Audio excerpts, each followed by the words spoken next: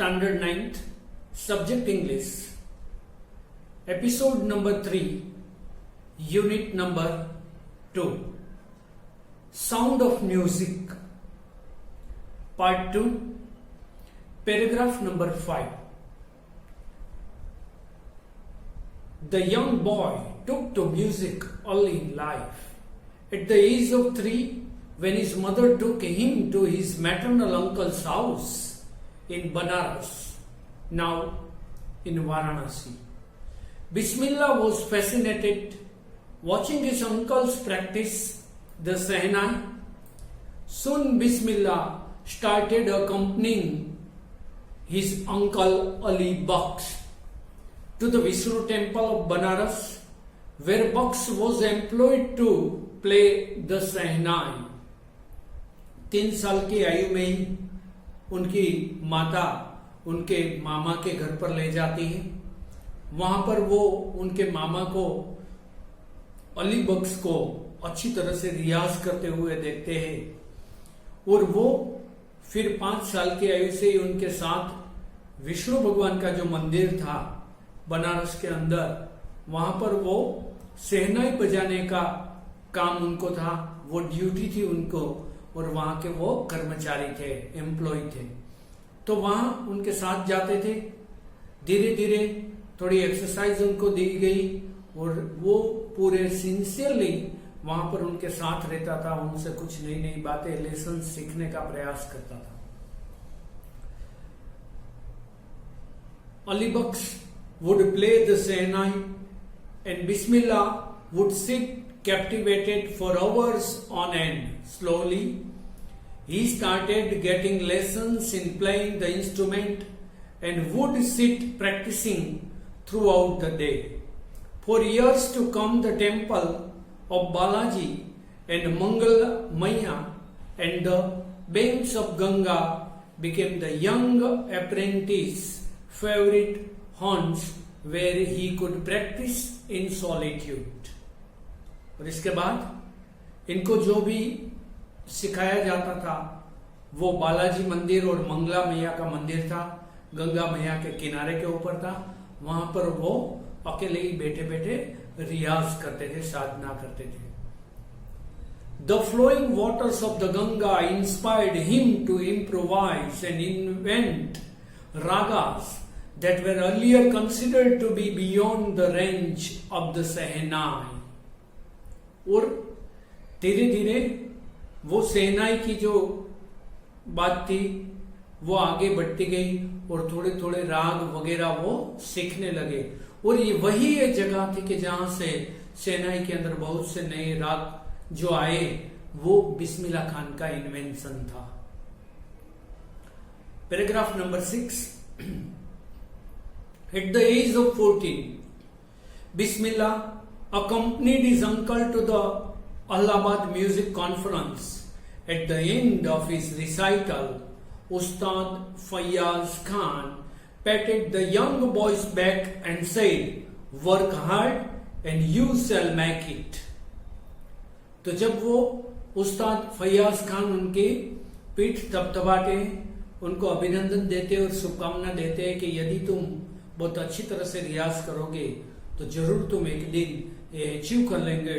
ये जो सेहनाई का क्षेत्र है इसके अंदर तुम बहुत आगे तक जा सकते हो।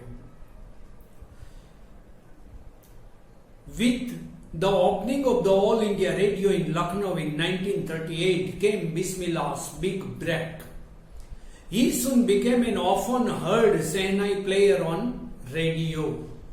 तो उनके जीवन का यह सबसे बड़ा महत्वपूर्ण दिन आया जब लखनऊ के अंदर 1938 के अंदर रेडियो स्टेशन का ओपनिंग हुआ। तो बिस्मिल्लाह खान को वहां पर कॉन्ट्रैक्ट मिला। तो ऑफन वहां पर वारंवार इनके सेहनाई बजाने का उनको अवसर मिला और धीरे धीरे रेडियो के ऊपर जो सेहनाई उनके लोग सुनते थे और उनके फैन बढ़ते गए और वो भी बहुत फेमस होने लगे। When India gained independence on 15th August 1947, Bismillah Khan became the first Indian to greet the nation with his Sehnai. तो जब 15 अगस्त 1947 के अंदर हम आजाद हुए, तब जो लाल किले के ऊपर से पहली बार हमारा स्वतंत्र पर्व मनाया गया, तब इनके अंदर सबसे पहला म्यूजिक जो शहनाई बजाने का अवसर मिला वो बिस्मिल्लाह खान को मिला था। He poured his heart out into raga kafi from the Red Fort to an audience which included Pandit Jawaharlal Nehru, who later gave his famous Traced with Destiny speech।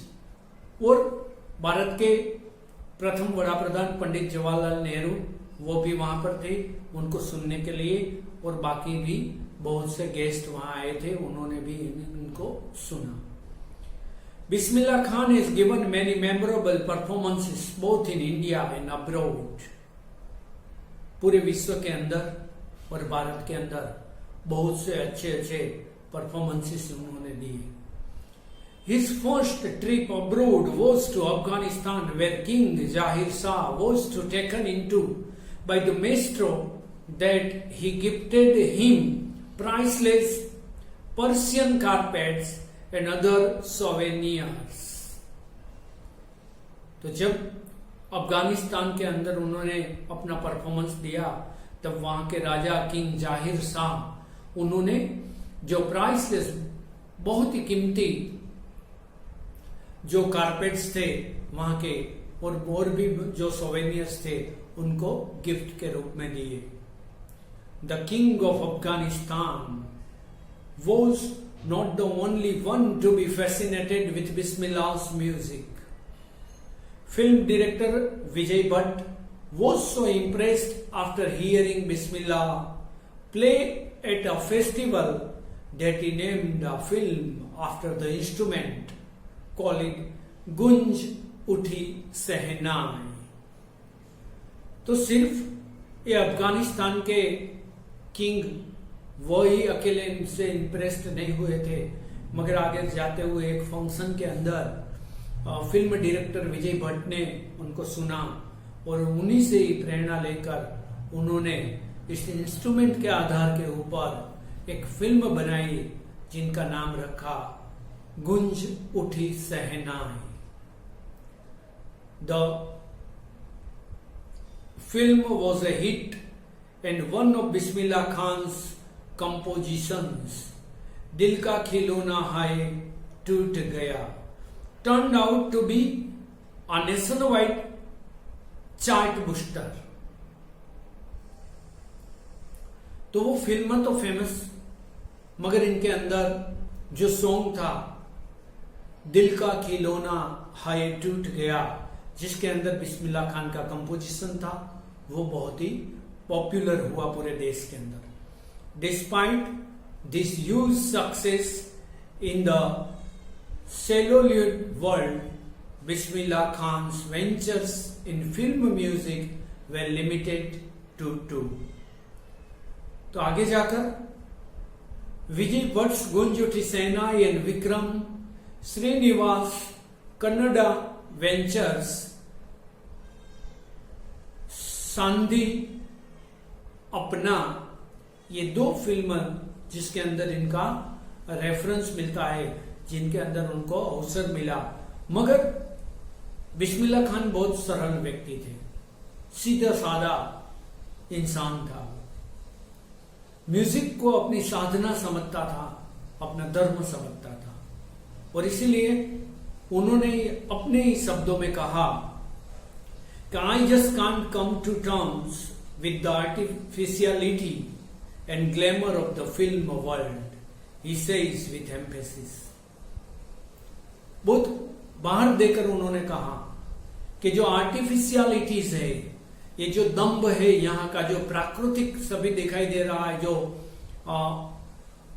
अप्राकृतिक यहाँ पर जो बर्तन सभी लोगों के रहते हैं और पूरा ग्लैमर है यहाँ पर, इसके अंदर मेरे जैसे इंसान ज्यादा समय तक नहीं रह सकते।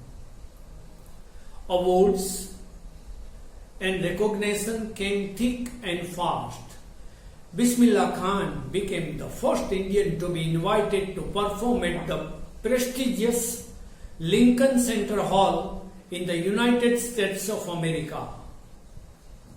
तो वो यूनाइटेड स्टेट्स ऑफ अमेरिका के प्रेस्टिजियस लिंकन सेंटर हॉल के अंदर इनको निमंत्रण मिलता है. He also took part in the World Exposition in Montreal, in the Cannes Art Festival and the Osaka Trade Fair. So well known did he become internationally that an auditorium in Tehran was named after him. Tahir मौसीकी उस्ताद बिस्मिल्लाह खान. धीरे धीरे अंतरराष्ट्रीय कक्षा पर भी उनको अच्छा performance करने का अवसर मिला. वो वर्ल्ड फेमस बन गए. Paragraph number 10. National awards like the Padma Shri, Padma Bhushan and the Padma Vibhushan were conferred on him. आगे जाकर पद्मश्री, पद्म भूषण और पद्म विभूषण ये अवार्ड्स इनको मिले. In 2001, Ustad Bismillah Khan was awarded India's highest civilian award, the Bharat Ratna. 2001 के अंदर उनको highest civilian award था जो भारत रत्न, वो उनको दिया गया. With the coveted award resting on his chest and his eyes glinting with rare happiness, he said, all I would like to say is teach your children music. This is Hindustan's richest tradition. Even the West is now coming to learn our music.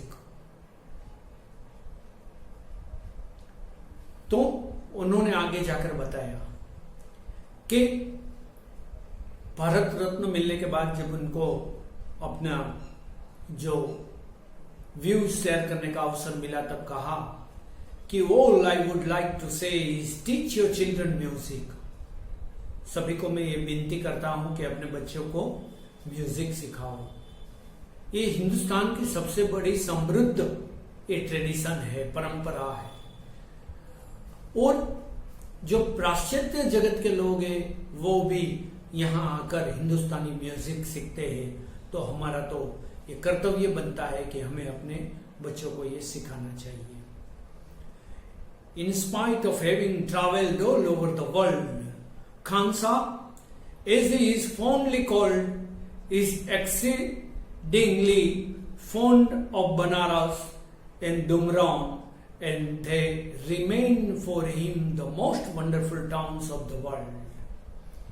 A student of his once wanted him to head a Sehnai school in the USA, and the student promised to recreate the atmosphere of Banaras by replicating the temples there.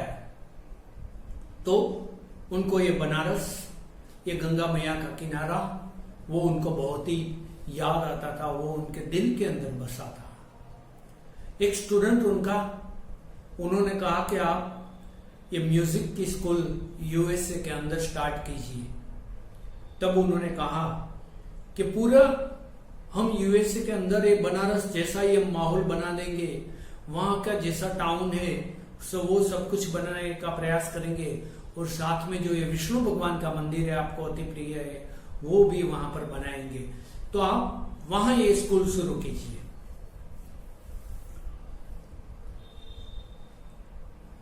But Khan Sahab asked him if he would be able to transport river Ganga as well. तो खान साहब ने बहुत विनम्रता से मगर दृढ़ निश्चय से कहा कि यदि आप ये गंगा मैया को भी वहां पर ले आ सकते हो तो जरूर वहां पर हम स्कूल बनाएंगे. तो गंगा मैया से उनका ये आदर था, उनका समर्पण था, और गंगा मैया का ये आशीर्वाद था कि वो इतने बेनमून कला के अंदर व्यक्तित्व बने. That is why whenever I am in foreign country, I keep yearning to see Hindustan. तो जब भी मैं फॉरेन में रहता हूं तो मुझे हिंदुस्तान याद रहता है, आता है। वाइल इन मुंबई, जब मैं मुंबई में रहता हूं तो I think of only Banaras and the Holi Ganga.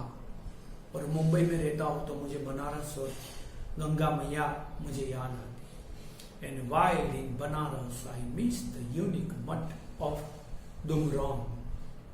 और जब मैं बनारस में रहता हूं तब मुझे डुमरो का मठ मुझे बहुत याद आता है, मैं मिस करता हूं। शेखर गुप्ता का यहाँ पर इंटरव्यू है जो रीडर डाइजेस्ट में से लिया गया है अक्टूबर 2005 में। उनका एक प्रश्न है, उनका बहुत ही अच्छा जवाब वो देते हैं। Shekhar Gupta asked, when partition happened, didn't you and your family think of moving to Pakistan? Bismillah Khan replied, God forbid me leave Banaras. Never. I went to Pakistan once. I crossed the border just to say I have been to Pakistan. I was there for about an hour. I said namaskar to the Pakistan and salam alaikum to the Indians. I had a good laugh. तो उन्होंने कहा कि partition के बाद मैं एक बार सिर्फ पाकिस्तान गया, वो कहने के लिए 1 घंटा ही वहां रुका था। वहां जाकर मैंने सभी को नमस्ते किया और यहां आकर मैंने सलाम अलैकुम किया। तो ये सच्चे दिल से हिंदुस्तानी थे, सच्चे दिल से धार्मिक थे, वो सच्चे दिल से मनुष्य थे, इंसान थे। Last paragraph, Ustad Bismillah Khan's life is a perfect example of the rich cultural heritage of India. One, that effortlessly accept that a devout Muslim like him can very naturally play the Shehnai every morning at the Kashi Vishwanath temple. Devout माने believing strongly in religion and obeying his laws and following his practices. तो वो काशी विश्वनाथ जी के मंदिर के अंदर वो बहुत सहजता थे, पूरे पवित्रता से जो नियम रहते हैं उनसे वो बंधन में रहते हुए वो वहां पर सहनाएं बजाते थे। उस्ताद Bismillah Khan passed away on 21st August 2006 at the age of 90 after a prolonged illness. तो 21 अगस्त 2006 के अंदर वो लंबी बीमारी के बाद उनका देहांत हुआ। He was given a state funeral and the government of India declared one day of national mourning. और उनको राजकीय सम्मान के साथ उनको उनका जो अंतिम संस्कार किया गया और भारत सरकार ने एक दिन के लिए शोक भी रखा। तो ये हमारा यूनिट था, इनका दूसरा पार्ट था। आपको इनके जो क्वेश्चंस आंसर नोटबुक के अंदर दिए गए वो सेल्फ प्रैक्टिस के लिए आपको लिखना है, पूरा यूनिट को पढ़ना है, अबाउट द राइटर आपको पढ़ना है, अबाउट द ऑथर और about the central theme of the story, main points आपको पढ़ना है। इसके बाद यहाँ पर जो भी क्वेश्चंस दिए गए हैं इनको अच्छी तरह से आपको फेयर बुक के अंदर लिख लेना है। ये आपको सेल्फ प्रैक्टिस के लिए यहाँ पर होमवर्क देते हैं। अच्छा, all the best. Have a nice academic year. Thank you.